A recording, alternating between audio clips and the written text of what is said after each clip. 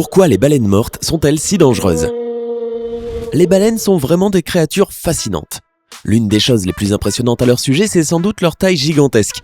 Prenons la baleine bleue par exemple. Ce n'est pas seulement le plus grand être vivant que la Terre porte actuellement, c'est aussi le plus grand animal qui n'ait jamais existé sur la planète. Tu pourrais facilement marcher à l'intérieur de ses artères, et rien que sa langue est plus lourde qu'un éléphant adulte. Cette fascination quasi envoûtante explique pourquoi une baleine échouée rassemble si souvent des foules de spectateurs. Personne ne veut rater une occasion aussi rare de voir un tel géant de ses propres yeux. Mais si seulement toutes ces personnes savaient à quel point il est dangereux d'approcher une baleine morte, ils seraient bien moins curieux, et tu vas vite comprendre pourquoi. Mais d'abord, n'oublie pas de cliquer sur le bouton s'abonner pour rejoindre la communauté sympa. Nous publions de nouvelles vidéos chaque jour, alors pense à activer la cloche de notification pour être informé en temps réel. Très bien, maintenant revenons à nos baleines. Ce qui est dangereux avec les baleines mortes, c'est qu'elles ont une légère tendance à exploser. Oui, tu as bien entendu, et quand ça arrive, c'est assez impressionnant. En une fraction de seconde, plusieurs tonnes d'entrailles de baleine sont expulsées de son corps à plus de 70 km/h, volant jusqu'à 15 mètres de hauteur et se retrouvant ensuite éparpillées à plus de 50 mètres autour d'elle. Cela signifie que les badauds innocents risquent non seulement d'être recouverts de viscères en putréfaction, mais aussi d'être blessés par ces énormes morceaux de boyaux qui volent à toute vitesse. Ce danger est décuplé si quelqu'un décide de grimper sur la carcasse ou de la frapper. Il existe même des cas où des personnes se trouvant debout sur un cadavre de baleine échoué ont littéralement été projetées en l'air. Mais pour quelles raisons explose-t-elle? Eh bien, lorsqu'une baleine meurt, ses organes se décomposent et dégagent du méthane, un gaz hautement explosif. Ce gaz s'accumule dans des poches d'air jusqu'à ce que la pression atteigne des niveaux impressionnants. Mais le méthane n'est pas le seul gaz qui s'accumule dans une carcasse de baleine pendant sa décomposition. Plusieurs autres gaz sont libérés et ces derniers sont beaucoup plus nauséabonds que le méthane. Au cours du processus de fermentation, les différents tissus d'un cadavre s'assèchent, produisant des gaz comme le dioxyde de carbone.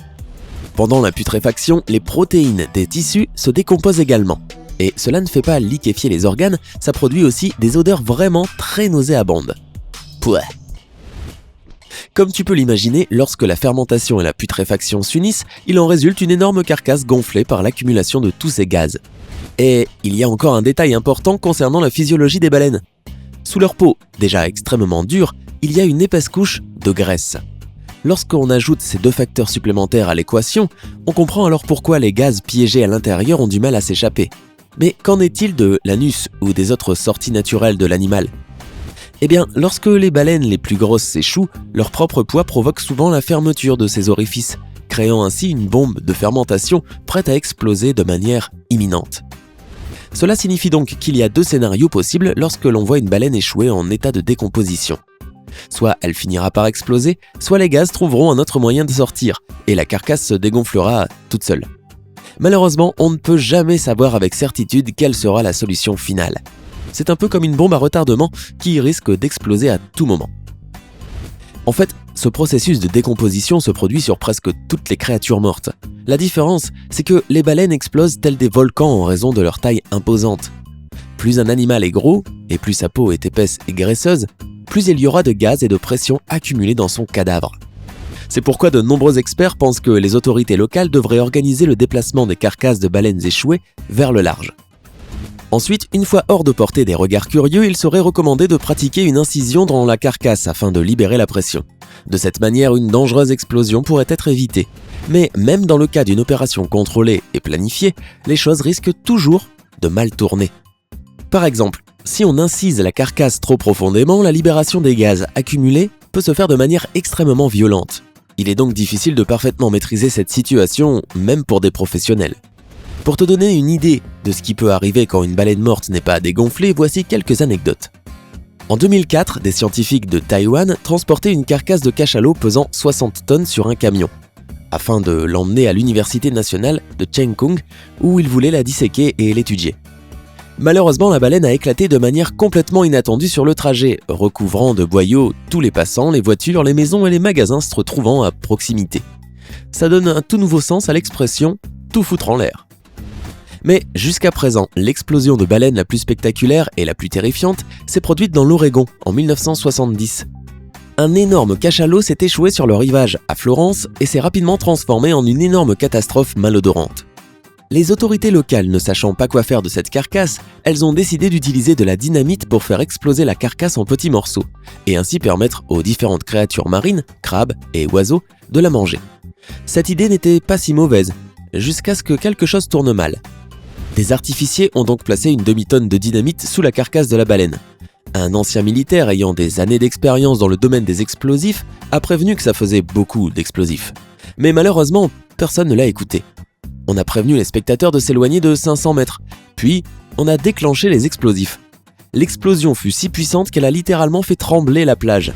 Les morceaux de chair pourrie et d'organes ont été projetés dans les airs et ont commencé à retomber sur la foule horrifiée. Heureusement, personne n'a été blessé, mais la plupart des voitures garées dans les environs ont été recouvertes d'entrailles pourries.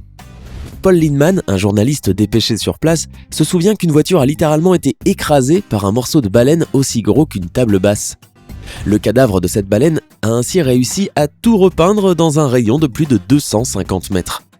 Mais le pire, c'est qu'après cette pluie de viande en décomposition, on s'est rendu compte que les morceaux étaient encore trop gros pour être mangés par des animaux. En plus, une énorme partie de la carcasse est restée intacte, même après l'explosion. Donc, en fin de compte, les autorités ont tout de même dû nettoyer les dégâts, ce qui représentait un travail bien plus compliqué qu'au départ. Tu te demandes peut-être ce qui arrive à une baleine lorsqu'elle meurt en pleine mer. Rien d'extraordinaire en fait. Sa carcasse finit par couler dans le fond marin. Étant bien trop massive pour que les prédateurs le dévorent au passage, elle arrive généralement au fond en un seul morceau. Et comme les baleines sont vraiment très grosses, différentes espèces de créatures marines finissent par se réunir autour de cette abondante source de nourriture. Les premiers animaux à arriver sont les requins des grands fonds, les myxines, et d'autres prédateurs. Ils cassent la carcasse en morceaux plus petits et mangent les tissus mous. Ensuite, d'autres animaux comme les vers mangeurs d'os, comme le Ocedax mucofloris, détruisent le squelette. Crois-le ou non, ce processus peut durer plus de 30 ans et nourrir de nombreux êtres vivants du secteur. Cela signifie donc que même après sa mort, une baleine est aussi importante sur le plan écologique que lorsqu'elle est vivante. As-tu déjà vu une baleine de tes propres yeux, vivante ou morte ? Connais-tu d'autres faits fascinants concernant cet animal ? Dis-le nous dans les commentaires. Et montre-nous que tu as eu l'estomac bien accroché en regardant cette vidéo jusqu'à la fin et en lui mettant un like. Et si cette vidéo t'a plu, abonne-toi et rejoins-nous sur Sympa. À bientôt.